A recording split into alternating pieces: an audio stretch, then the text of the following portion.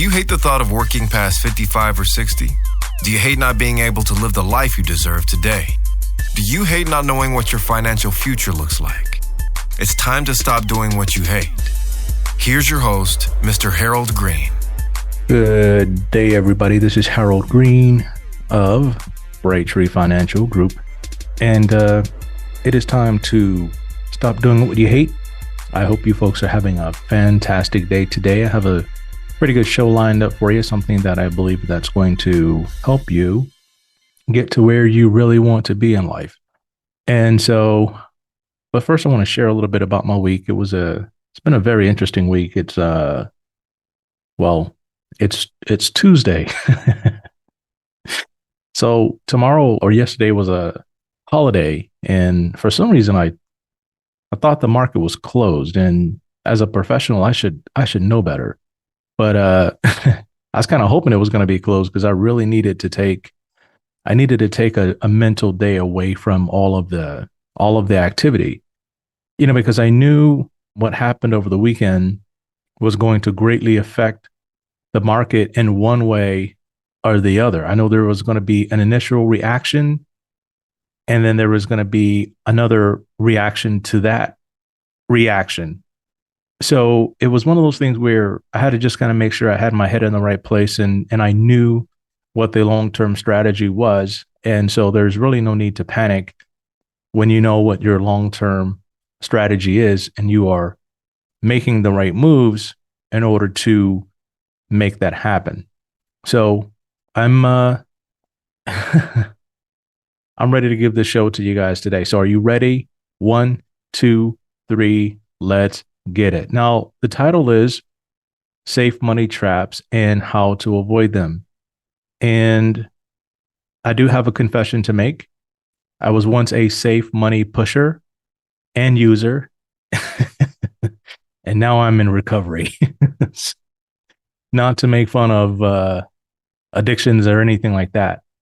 But to be honest, there's really nothing wrong with having some safe money.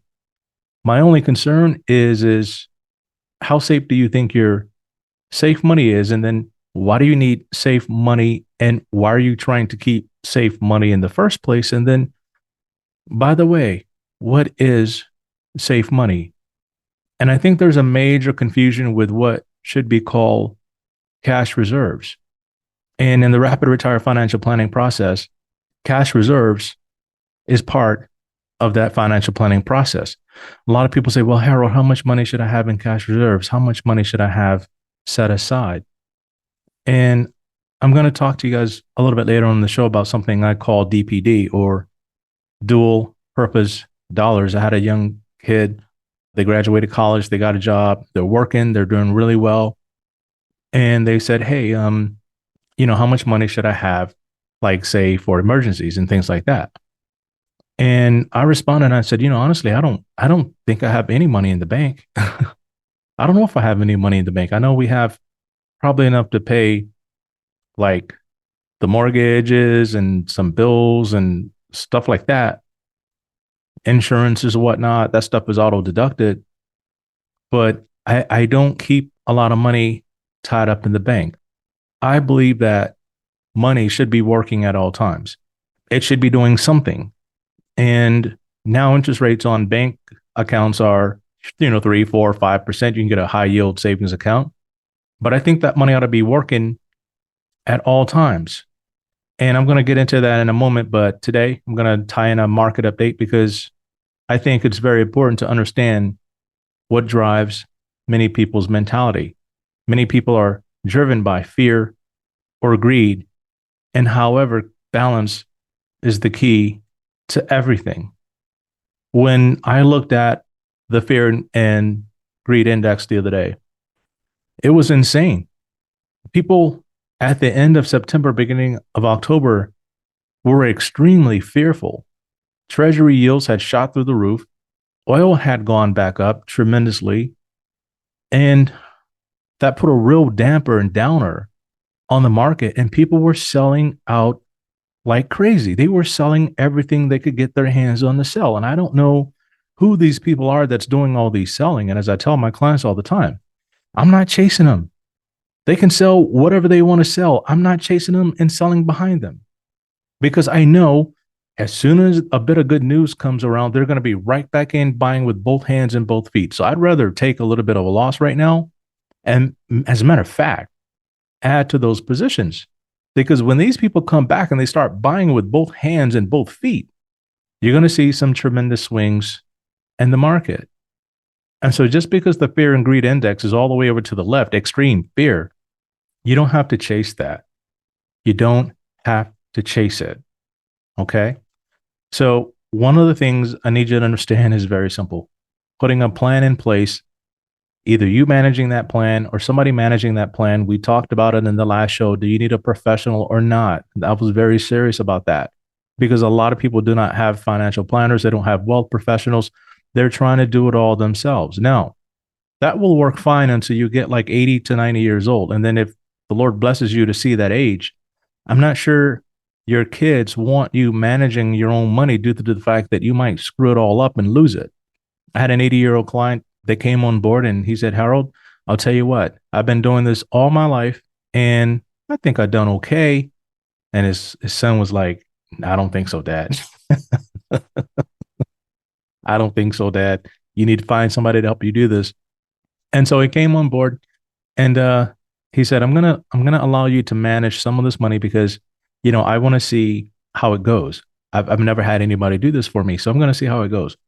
So I talked him through the strategy and started putting things in place. And slowly and surely, we started making progress. He saw the moves because every time I trade, the clients get an alert stating what I sold and what I bought. My clients see everything. So there's no way that they think I'm not doing my job. As an active money manager, I'm constantly making moves. Sometimes they work out great, sometimes not so great, but we're constantly making moves trying to get ahead of where we think this thing is going to go. Now, after a while, he said, you know what? I give up. I'm going to turn it all over to you and allow you to manage it. And so that's great. We talk strategy often. We're on the phone a lot. I keep in touch with him often. He calls me when he has more money to invest. We talk the strategy over and then we put the money to work. It's simple as that. But I think in today's society, balance is sorely lacking and sometimes encouraged, right? Boundaries are often broken, which is leading to some irreparable harms. And I don't want to get too far down the road into that, but I think you all know what I'm talking about without getting into what I'm talking about. So today I want to unpack the reasons why people feel the way they feel when it comes to money and some of the things I've experienced in dealing with people who often get overwhelmed by safe money emotions. What am I talking about? Let's discuss the fear and greed index again and how it ties into safe money fear mongering. This may sound like I'm attacking certain things or certain people, but I'm not. You see, my goal is to purely educate you and to elevate you above the noise. There's a lot of noise out there. So the CNN fear and greed index, where is it right now? And what drove it there? Like I said earlier, extreme fear. Jay Powell came out and he said some stuff in September that I don't know if he said it on purpose or not, but these people are they're driving the markets right now. They can come out and they can say things that would drive the market the wrong way. And people are paying attention to that when they should not be paying attention to that. Okay. Now, if you're a hedge fund managing billions of dollars, yeah, maybe that's your thing. But the average investor should not even be watching the Feds. Like, yeah, watch them, but don't react to them, right? Because Jay Powell came out and he said, well, we want to get inflation back to 2%. We want to get inflation back to 2%. My question is 2% the right number, right? What about getting it to 0%? What about leaving it at 4%? Does anyone know what happens at those levels? No one's really talking about that. That narrative is not out there right now. So he came out and he said the soft landing is really not the base case. He said, whoa, whoa, whoa, whoa. Not the base case? That's what they've been harping on all year, right? We're trying to pull off a soft landing, soft landing, right? There's a soft landing camp. There's a no landing camp.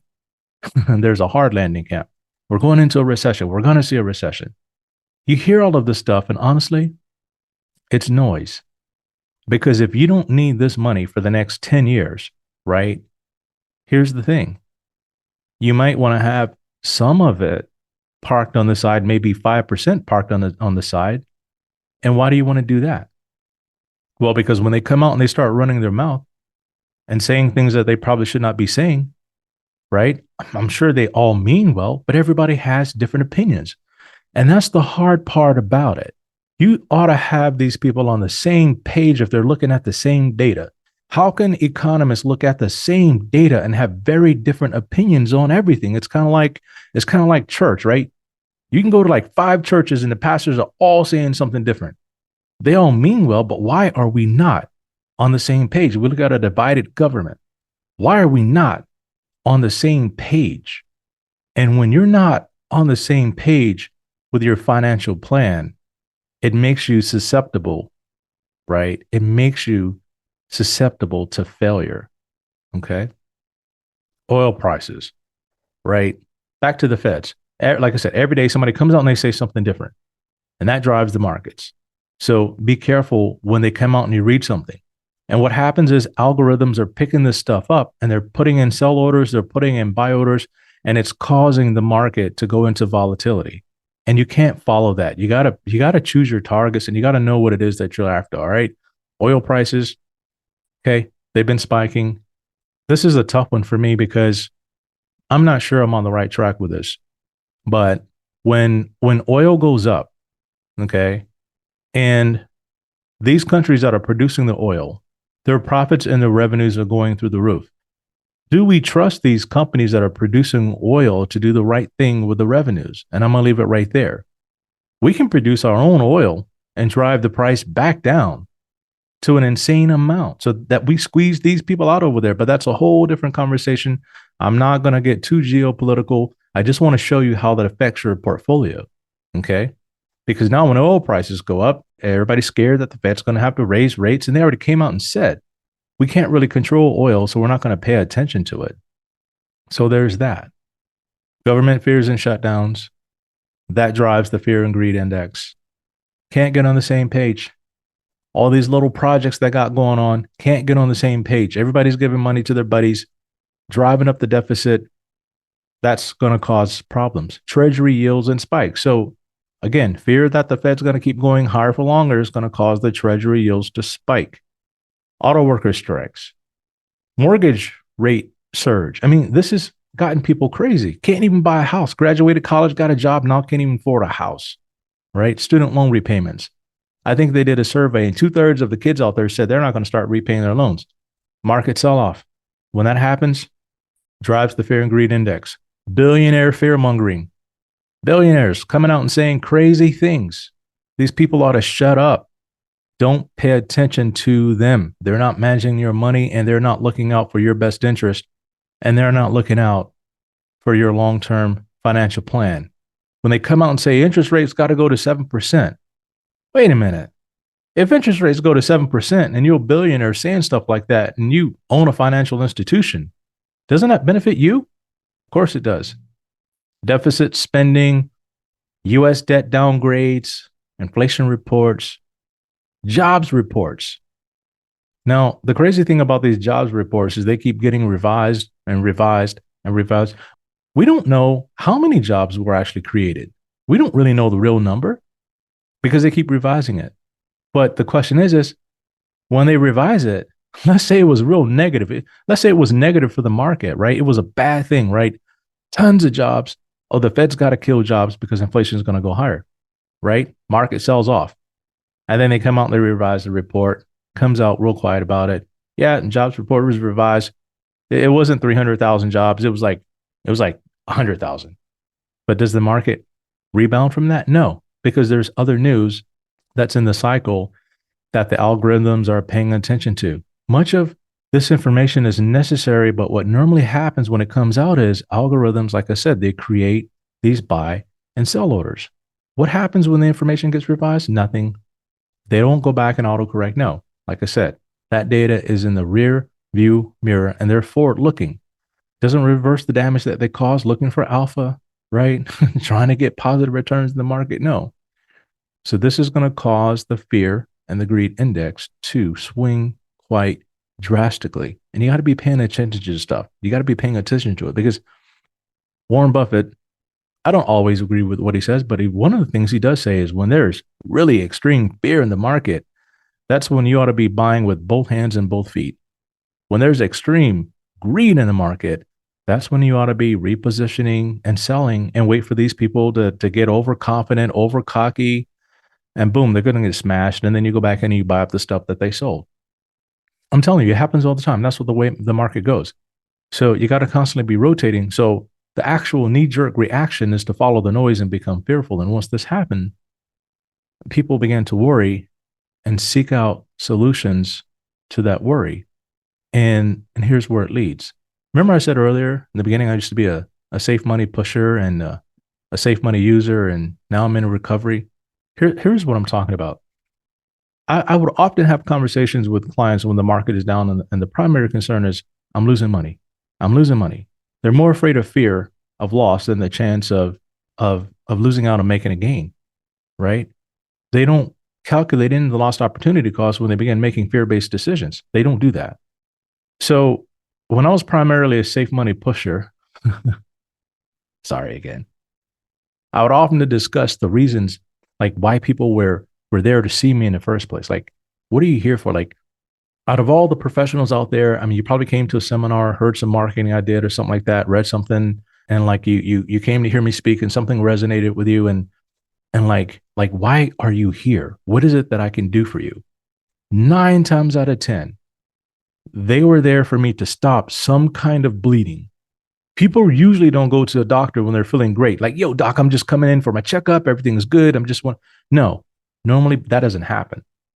Something starts hurting and they'll ignore it. And then it hurts more. They'll ignore it. Next thing you know, they're like, oh my God, I can't stand this pain. I got to do something. And now they're there.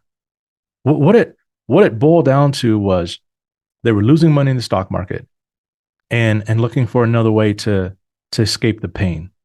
That's all it was. They were there for me to stop the bleeding. They're losing money in the market. You know, they need to pay for their kids' college education and they're afraid they're going to lose everything. They need to retire and their portfolios are bleeding. And after a while, I got really good at it. And I said, you know what? Go back and talk to your guy. I don't want to take anybody away from anybody, but you go back and talk to your guy because you hired them and they have you in this position and you ought to give them a chance to fix it. And you know what I would hear a lot of times is, I don't know if they know how to fix it. I don't know what to say to them because I'm so mad at them right now. I'm like, well, you got to get past that because you're not going to go down the road with me and do me the same way. No, go back to them and see if they can fix it. And if they cannot fix it, then give me a call back. Sometimes I would get a call back. Other times I wouldn't. How I would help them is I would literally present a solution that would allow them to fund all their goals and all their dreams in a safe and efficient manner. But it required them to stick with moving large sums of money through like debt instruments, like the line of credit, different other mortgage lines of credit. For a while, it was great because I had alleviated their pain, especially in 2007 and 2008 when the world was crashing and the market was just like going through the floor. I felt like a king helping people sleep better at night, paying for college, vacations, home remodeling projects. It was great because they were not losing money and they're professionals, right? Their professionals did not give them the warm and fuzzy and the comfort level to know that even though you're losing money now, it's going to get better. You just got to wait this out. We can make some moves, but it's going to get better. And nobody was hearing that message because the professionals were scared. They were afraid. So guess what they did? They ran. They hid from their clients. They didn't call them and let them know what was going on. I sent out a market minute twice a month. And one client said, hey, how come every time you give us a market minute, it's bad news. It's like letting us know all the bad stuff. I said, because that's my job. My job is to tell you everything that's going on and what we're doing to fix it and to try to mitigate it. I'm not going to hide from you. I am not afraid to tell my clients the truth because telling the truth, although it hurts, it makes things a whole lot better when the market turns around, right? But then something happened. right? Something happened. Apple went up like 300%. And that fear that they once had, it now turned back into greed. Started talking to friends, family, co-workers, people that had stuck in there, bought in more positions in the market. That fear that they once had that turned into greed, then it turned into anger because they felt like they're missing out. Man, and guess what happened next? They were like, Harold, why are we doing this? Why are we doing this that we're doing right now? Why are we in this safe money mode? Why? Our accounts are barely growing. And so they left. Why? Because I had no solution to that, right? I wasn't in the market at that time. I was not showing them how to diversify. I did not build Rapid Retire at that time. So I just wished them well. And I sat down and I had a serious conversation with my wife about becoming a fiduciary advisor.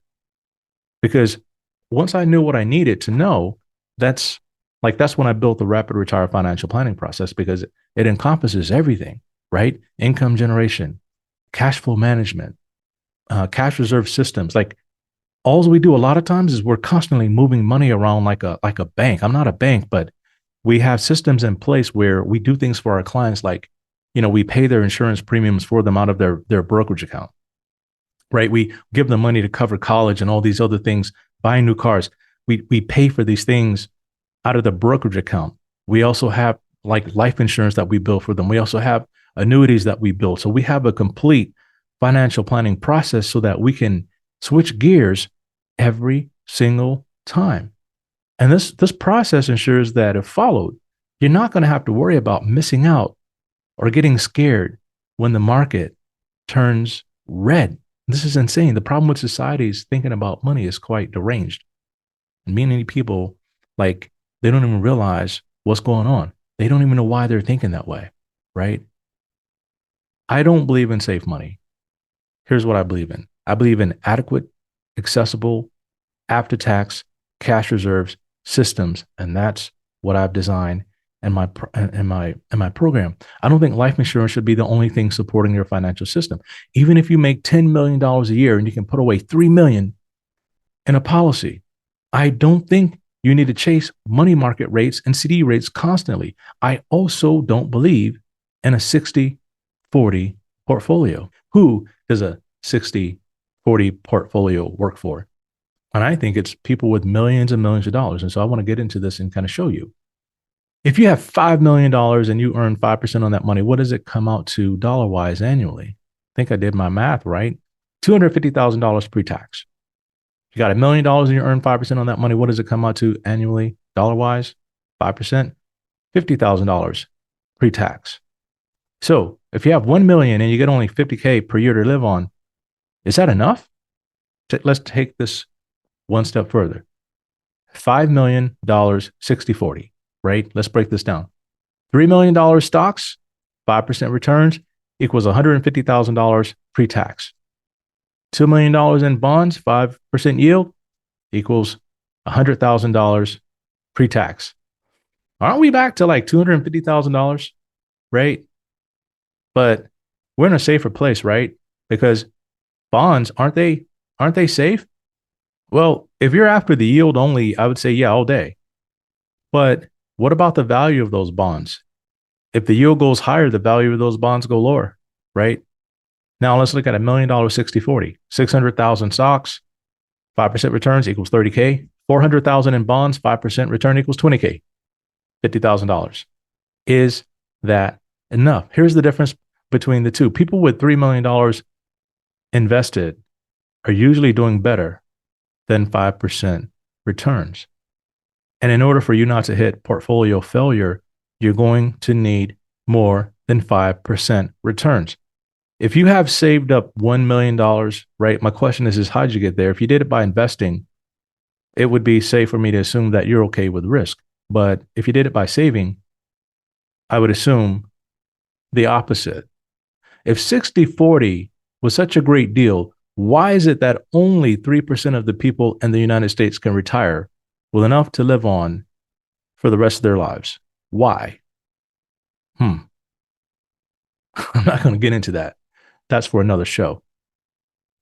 Now, what this is going to boil down to is this: you got to understand your risk tolerance, and basically, then you got to start staying in your lane, right? You got to stay in your lane. And what bothers me is when the market is down, people look at me like I'm crazy. Like, why am I losing so much money? My friends are not losing money. Why am I losing money? I don't want to lose money. I don't want to lose money. I want you to time the stock market. I want you to get out when it's up, right? And then get in when it's low, right? That's what people say they want, but it doesn't always happen that way. When the market is up, everybody thinks it's going to keep going up until it doesn't. If the market is going down, right? People think it's going to keep going down until it doesn't.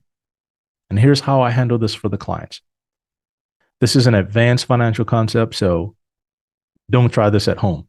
All right. It's kind of like you watching those videos and like says, don't try at home kind of thing. So stocks, how we handle stocks is I use what I call the Brinks car concept. Now, back during COVID, this is crazy. I mean, you got in a situation where you couldn't lose. The market was so crazy after people had assessed the initial risk, you couldn't lose. So if somebody came in and said, "Oh, Harold, you know what? I'm at a 30 on the risk scale of 100. I'm a 30, right?" And I'm like, "Okay, we can stay at a 30 or we can look at the Brinks car, figure this part out and see how it works for you." So I said, "Okay, so let's say a Brinks car, it rolls over somehow, it cracks open, it's $30 million in cash, just like all over the street. And the cops roll up and they say, "Hey, everybody, everybody standing around here right now, you got like 30 seconds to get as much of this cash as you can get. You're not going to be prosecuted. The money's take what you can get. It's all yours and you don't have to return it." If you're standing right there, would you just stand there and watch everybody like go in there with just grabbing whatever they could, right? Or would you jump in yourself and grab some? Everybody said, "Yeah, I would try to get as much as I can." I said, "Okay, this is where we're at right now in the market. You got to understand this. All investments do carry risk of loss. There is no such thing as guaranteed. Past performance is no indicator of future results. Do your own due diligence, do your own risk assessment, and understand where it is that you're at." But when I did this with my clients, I showed them, right? If we knew there's a pattern here and we're in a situation where the risk is minimized because we're in a recovery phase, why would we not go a little bit more aggressive here? And then we can just sell what we can sell and get back into a safer position. It only works in moments of time. And it worked really well when we came out of COVID. And some people made a lot of money. Life insurance, that is a safe money program. It's a safe money tool. It's also an estate planning tool. It will help reduce your taxes. And I use the bank on yourself concept to do that. Why? Because I believe in dual purpose dollars. Money can be in the life insurance. We can borrow that money out and treat it as a margin account, invest that money, pay it back depending on your risk tolerance. T-bills, we use those low risk clients or clients who want to just, people who turn fearful or, they just want to part of their money on safe mode until they think the market starts a new trend. And I'm okay with that. It's not my money. It's their money, but this will cost lost opportunity cost and it has to be explained. And I tell them that. All right. You're putting money on safe mode at the wrong time, because you're scared and you're afraid you're going to lose. Okay. This is how much you can potentially lose. As long as you're okay with that, I'm not going to get a phone call saying, "Harold, why do we do this?" No, we're not going to do that. Okay. Annuity ladders. Annuity ladders we staggered annuities, and it's for clients who want supplemental guaranteed income. These are paid for by stock market gains using the Brinks car concept. So when we strike it big on trades, get up to a certain amount. Let's say your base limit is $1 million. Anything over $1 million, we get up to like $1.1 million, $1.2 million, $1.3 million. We chop that off and then put that in an annuity.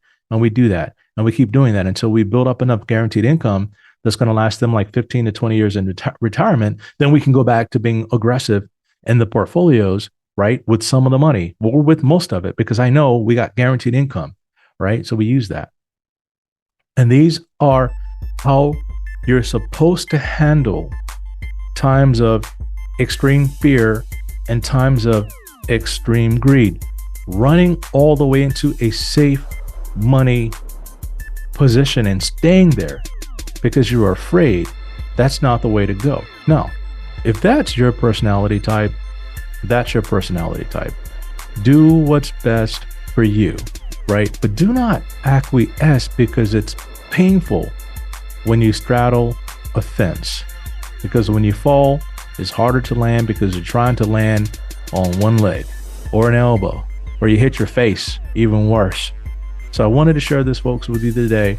You're going to see fear and greed out there. The index is going to swing both ways, but you have to understand how to take advantage of that.